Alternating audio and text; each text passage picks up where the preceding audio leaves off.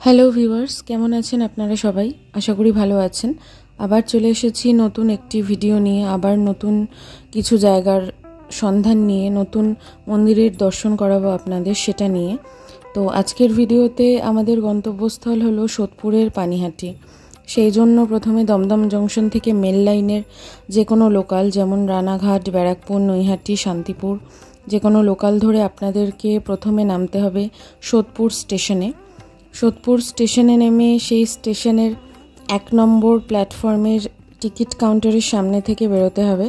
সামনে থেকে বেরিয়ে কিছুটা গিয়ে বাঁদিকে ঘুরলেই আপনারা দেখতে পাবেন সোদপুর থেকে পানিহাটি ফেরিঘাট যাওয়ার একটা অটো স্ট্যান্ড আছে। ওইখানে অটো স্ট্যান্ডে উঠে বলতে হবে পানিহাটি ফেরিঘাট, ভাড়া নেবে 10 টাকা, সময় লাগবে 7 থেকে 8 মিনিট। এটা হচ্ছে পানিহাটি ফেরিঘাট। তো এর কাছেই আমাকে অটো নামিয়ে দিয়েছিল। এটা পানিহাটি ফেরিঘাটের গঙ্গা।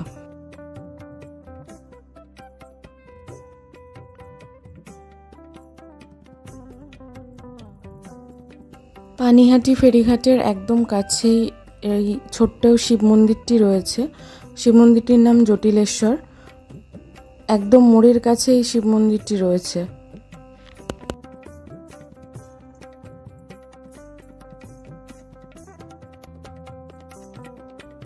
পানিহাটি ফেরিঘাটের ঠিক পাশেই রয়েছে শ্রী চৈতন্যদেব মহাপ্রভু শ্রীমন্দির এবং দণ্ড মহোৎসব তলা। পানিহাটিতে প্রত্যেক বছর দধিচিরা উৎসব এই দণ্ড মহোৎসব তলাতেই হয়ে থাকে। পানিহাটির অন্যতম গুরুত্বপূর্ণ এবং ঐতিহাসিক সমৃদ্ধ স্থানগুলোর মধ্যে এই জায়গাটি অন্যতম। প্রায় 500 বছর ধরে এই উৎসব পালিত হয়।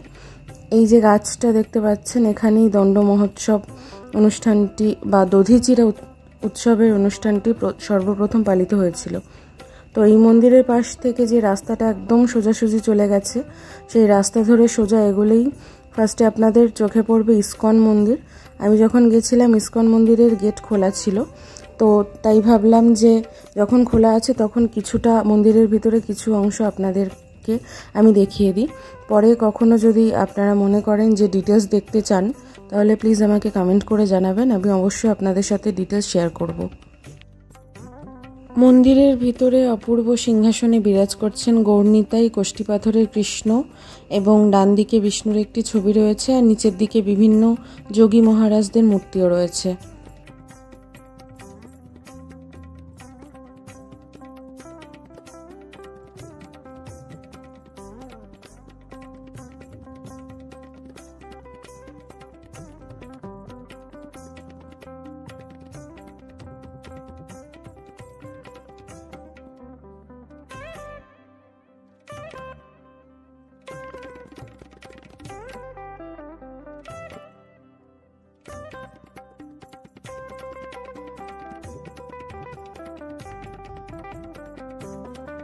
মন্দিরের এক পাশে একটা ছোট্ট ঘর মতো অংশে মা জগদ্ধাত্রী বিরাজ করছেন।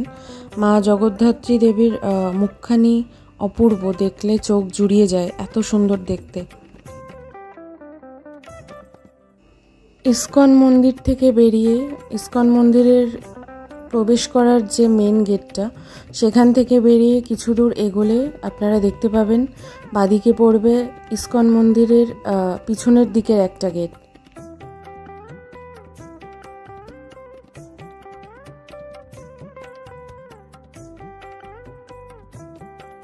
এটাই হচ্ছে ইস্কন মন্দিরের পিছনের দিকের গেট। পিছনের দিকের গেটে দুটি সাইনবোর্ডে মন্দির খোলা থাকার এবং শ্রীবিগ্রহ দর্শন করার সময়সূচি লেখা আছে।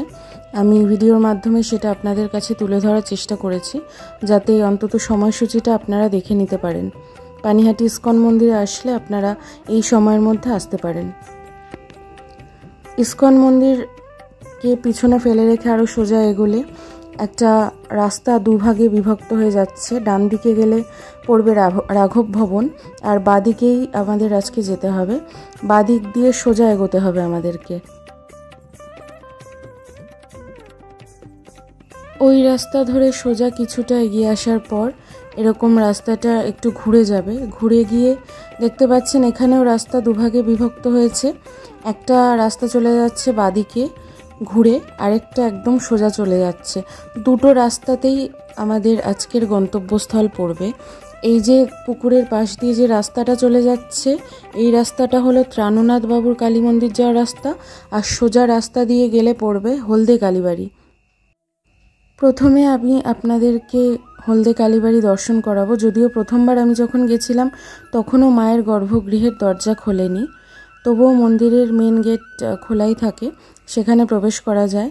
তো রাস্তার উপরেই একদম মন্দিরটি অবস্থিত, আপনাদের চিনতে খুব একটা অসুবিধা হবে না। মন্দিরটির সামনে যথেষ্ট জায়গা রয়েছে। মন্দিরটির রং হলুদ আপনারা দেখতে পাচ্ছেন, এবং এই হলুদ রং হওয়ার পিছনেও একটা কারণ রয়েছে, সেটা আমি আপনাদের সাথে পরে শেয়ার করছি। মন্দিরটি টিনের চাতাল বিশিষ্ট, যথেষ্ট বড় রয়েছে উপরে চাতাল, সামনে বসার দুটো বেঞ্চ রয়েছে, এবং সামনে যে স্পেসটা রয়েছে উঠোন মতো, সেখানে কয়েকটা ফুল গাছ রয়েছে। মায়ের সিঁড়ি দিয়ে ওঠার দরজা বা গেটটা তখনও খোলেনি।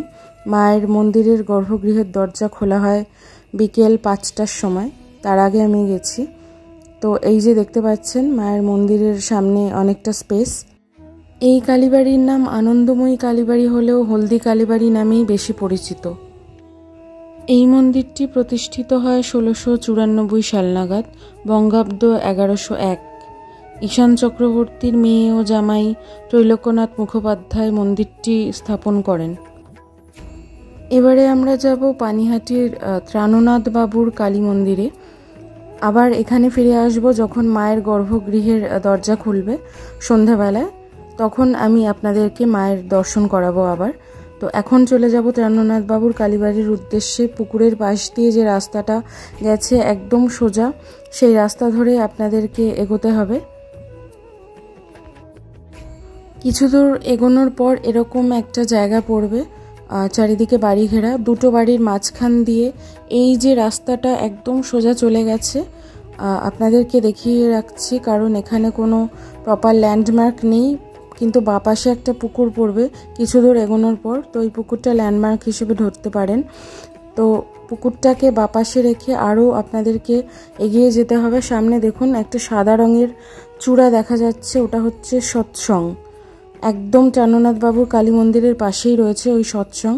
এই যে সরু রাস্তা, এটা দিয়ে বেরিয়ে বাদিকে ঘুরলেই আপনারা দেখতে পাবেন ত্রাণনাথ বাবুর কালী মন্দিরের প্রবেশ করার যে গেটটা রয়েছে, সেই গেটটা, এটাই হচ্ছে প্রবেশ করার গেট। গেটের উপরে লেখা আছে পানিহাটি ত্রাণনাথ কালীবাড়ি। গেটের ভিতর প্রবেশ করলে আপনারা মন্দিরের, এটা হচ্ছে মন্দিরের পিছন দিকের অংশ। মন্দিরটি বিশাল জায়গা জুড়ে প্রতিষ্ঠা করা হয়েছিল এবং পাশেই রয়েছে গঙ্গা। মন্দিরটির আসল নাম ভবানী কালী মন্দির হলেও ত্রাণনাথ বাবুর কালী মন্দির বা ত্রাণনাথ বাবুর কালীবাড়ি নামেই মন্দিরটি সবার কাছে বেশি পরিচিত। মন্দিরের মা কালী, মা ভবানী রূপেই পূজিতা হয়ে থাকেন এখানে। দক্ষিণমুখী মন্দিরটি পঞ্চরত্ন শৈলীর এবং এই মন্দিরের প্রত্যেকটি রত্ন আকার আয়তনে যথেষ্ট বড়। সাধারণত কোনো পঞ্চরত্ন মন্দিরের রত্নগুলো এত বড় এখনো অবধি আমি কোনো মন্দিরে দেখিনি, তবে এই মন্দিরের প্রতিটি রত্ন ভীষণ বড়। মন্দিরটি ত্রিখিলান প্রবেশপথ যুক্ত। গর্ভগৃহের সামনে অলিন্দ রয়েছে এবং তার সামনে বড় উঠোন রয়েছে যেখানে খুব সুন্দর আলপনা দেওয়া রয়েছে।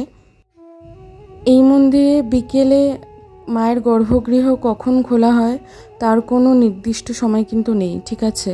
আমি যেদিন গেছিলাম সেদিন 6টার অনেক পরে মন্দিরে মায়ের গর্ভগৃহ খোলা হয়েছিল, তাই জন্য আমি আগে থেকে মানে অন্তত দিনের আলো থাকতে থাকতেই আমি মন্দিরের বাইরের গঠনশৈলী বা মন্দিরের বাইরে যা যা কিছু আছে সেগুলো আপনাদেরকে আমি দর্শন করিয়ে দিচ্ছি, কারণ এই মন্দিরে সন্ধ্যাবেলার পর খুব একটা আলো থাকে না।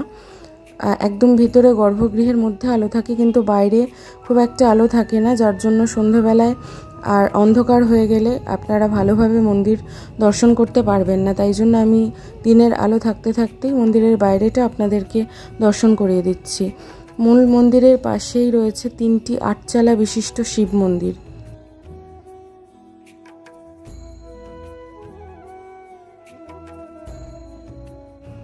এই মন্দিরের ইতিহাস নিয়ে দ্বিমত রয়েছে। একমত বলে 13শ শতকের গোড়ার কথা। 13শ শতকে বেড়াচাপার রাজা চন্দ্রকেতু পানিহাটি অঞ্চলে গড় বা দুর্গ তৈরি করে দুর্গের মধ্যে মন্দির প্রতিষ্ঠা করেছিলেন।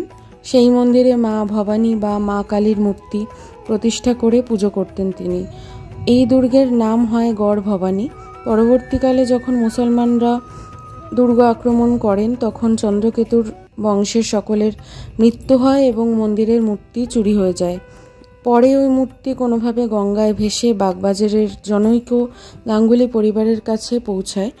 তো বহুদিন ধরে সেই মাতৃমূর্তি ওখানেই সংরক্ষিত ছিল। পরে সেই মাতৃমূর্তির খোঁজ পান পানিহাটির অত্যন্ত ধনী এবং প্রভাবশালী ব্যক্তি ত্রাণনাথ বন্দ্যোপাধ্যায়। তিনি মূর্তি নিয়ে এসে পানিহাটিতে গঙ্গার ধারে নতুন করে মন্দির নির্মাণ করেন এবং মায়ের সেই মূর্তি প্রতিষ্ঠা করে নিয়মিত পুজোর বন্দোবস্ত করেন। যদিও এখন আর বেড়াচাঁপার রাজা চন্দ্রকেতুর নির্মিত সেই গড় ভবানীর আর কোনো চিহ্নই আজ অবশিষ্ট নেই। আবার অন্য কিংবদন্তি অনুযায়ী মুসলমান আক্রমণের ফলে চন্দ্রকেতুর বংশধরেরা নিহত হলে গড় ভবানী বা মায়ের মন্দিরের তখনকার সময়ের যিনি পুরোহিত ছিলেন তিনি সেই মায়ের বিগ্রহ নিয়ে বেড়াচাঁপা থেকে পালিয়ে আসেন এখানকার গঙ্গার তীরে। এখানে এসে তিনি পঞ্চমুণ্ডী আসন স্থাপন করে মায়ের পুজো আরম্ভ করেছিলেন এবং পুরোহিত মশাইয়ের কিছু শিষ্য জুটেছিল এখানে। পরবর্তীকালে সেই শিষ্যরাই মন্দিরের দায়িত্ব নিজেদের কাঁধে তুলে নিয়েছিলেন এবং শেষ পর্যন্ত তারা এই মন্দিরের ভার পানিহাটির এক জনৈক ব্যক্তি নসিরাম বন্দ্যোপাধ্যায়ের হাতে তুলে দেন এবং মতান্তরে ওনার নাম মসিরামও ছিল, আর তিনিই ছিলেন ত্রাণনাথ বন্দ্যোপাধ্যায়ের পিতা।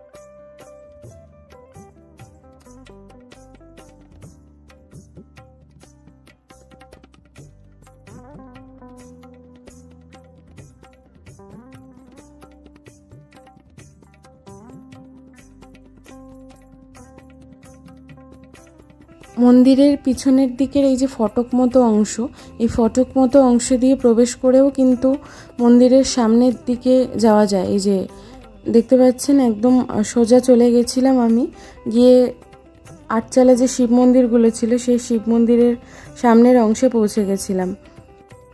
এই মন্দিরটা খোলা থাকার সময়টা আমি আপনাদেরকে বলে দিচ্ছি।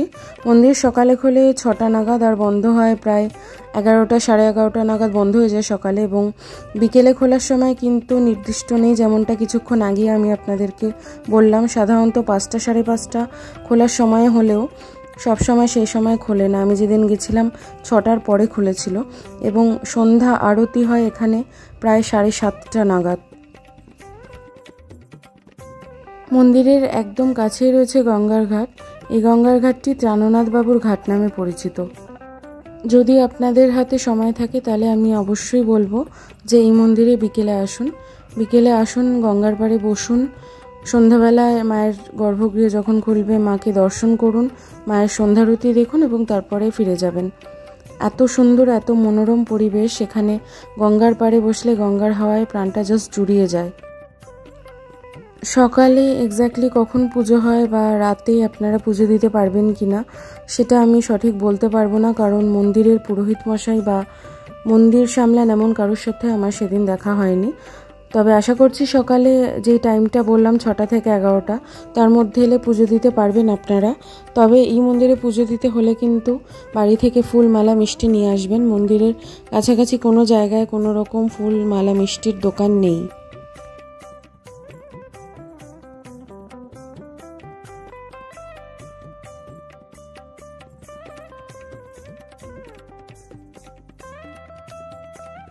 গঙ্গার ধার ধরে কিছুটা এগিয়ে গেলে সামনের দিকে একটা বাঁধানো মতন জায়গা পড়বে। এই পুরো জায়গাটাই ত্রাণনাথ বাবুর ঘাট নামে পরিচিত।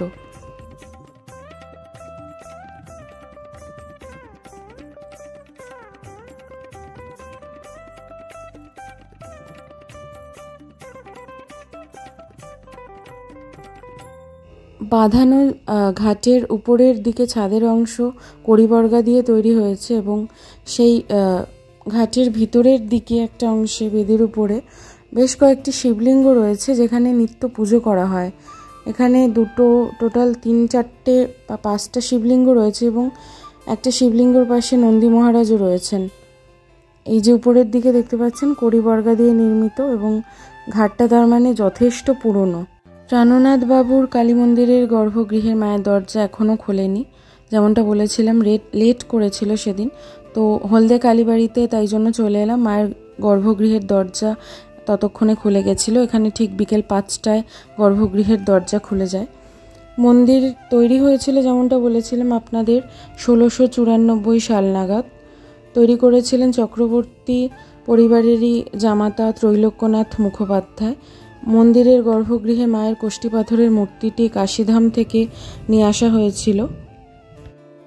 মায়ের মূর্তিটি প্রতিষ্ঠা করেছিলেন এবং এনেছিলেন চক্রবর্তী বংশেরই আরেক জামাই কেদারনাথ মুখোপাধ্যায়। উনি কাশী বেনারস থেকে মায়ের মূর্তি এনেছিলেন। মায়ের গর্ভগৃহের ডান পাশে রয়েছে মহাদেবের গর্ভগৃহ, সেখানে 3টি শিবলিঙ্গ রয়েছে।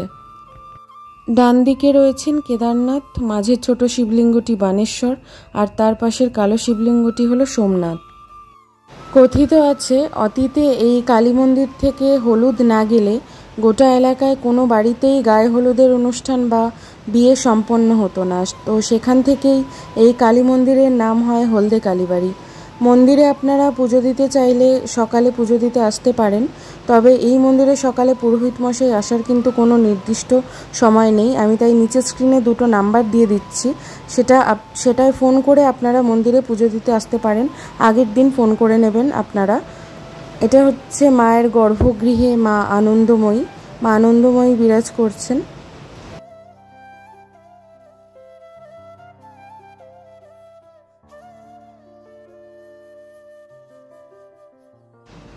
মায়ের এক পাশে রয়েছেন শ্রী শ্রী রামকৃষ্ণ পরমহংসদেবের মূর্তি এবং আরেক পাশে রয়েছে সারদা দেবীর মূর্তি।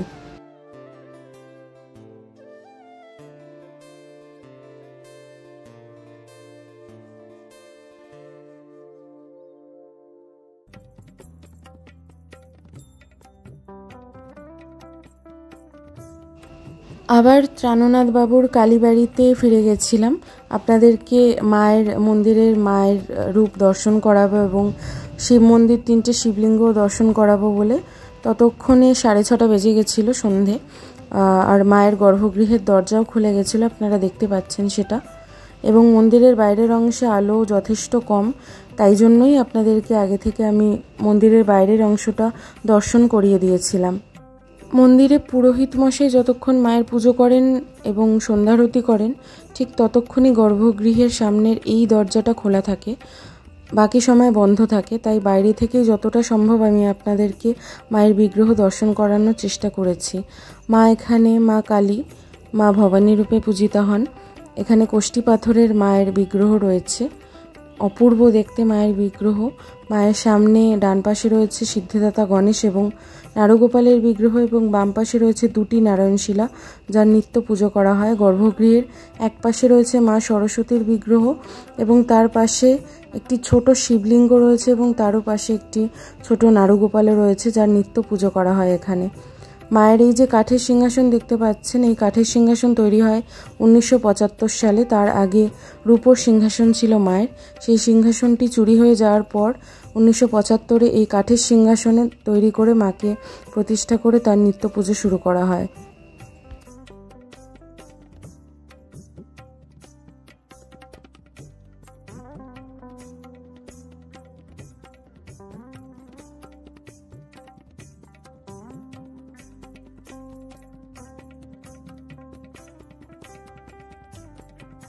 তিনটি শিব মন্দিরের মধ্যে প্রথম এবং শেষের 2টি শিব মন্দিরের শিবলিঙ্গর গৌরীপট্ট শ্বেত পাথরের এবং লিঙ্গভাগ কোষ্ঠী পাথরের, আর মাঝের যে শিব মন্দিরটি আছে সেটার পুরোটাই কোষ্ঠী পাথরের শিবলিঙ্গ দেখতে পাচ্ছেন এবং আকার এবং আয়তনে 2টো শিবলিঙ্গর তুলনায় একটু বড়।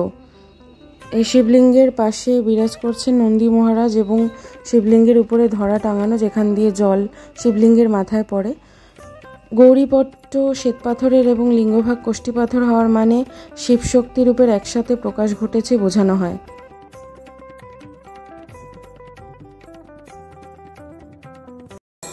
ফেরার পথে দেখলাম ইসকন মন্দিরের সন্ধ্যারতি হচ্ছিল তখন, তাই ভাবলাম এটাও আপনাদের সাথে শেয়ার করে নিই, আপনারা যাতে ঘরে বসেই সন্ধ্যারতি দেখতে পারেন।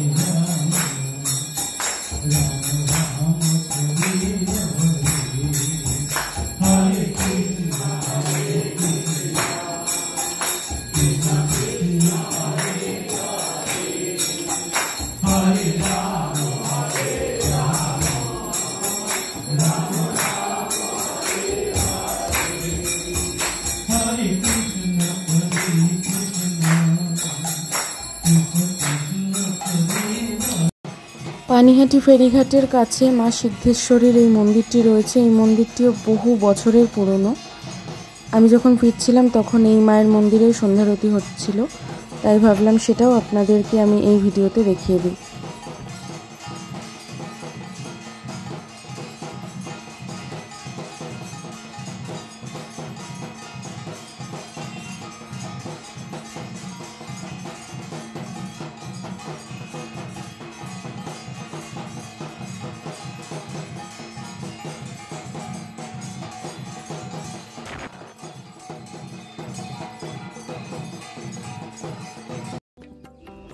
আমার আজকের ভিডিওটা এই পর্যন্তই ছিল। আমার আজকের ভিডিওটা কেমন লাগলো সেটা অবশ্যই আমাকে কমেন্ট করে জানাবেন। আর ভিডিওটা ভালো লেগে থাকলে নিজেদের বন্ধুদের সাথে বা পরিচিতের সাথে শেয়ার করতে ভুলবেন না। আর আমার পাশে থাকার জন্য প্লিজ চ্যানেলটাকে সাবস্ক্রাইব করে দেবেন আর পাশে থাকা বেল আইকনটি প্রেস করে দেবেন যাতে সমস্ত নতুন নোটিফিকেশান পেতে পারেন। দেখা হচ্ছে আপনাদের সাথে নতুন একটা ভিডিওতে। ততক্ষণের জন্য সবাইকে টাটা। সবাই ভালো থাকবেন, সুস্থ থাকবেন। সবাইকে অনেক ধন্যবাদ।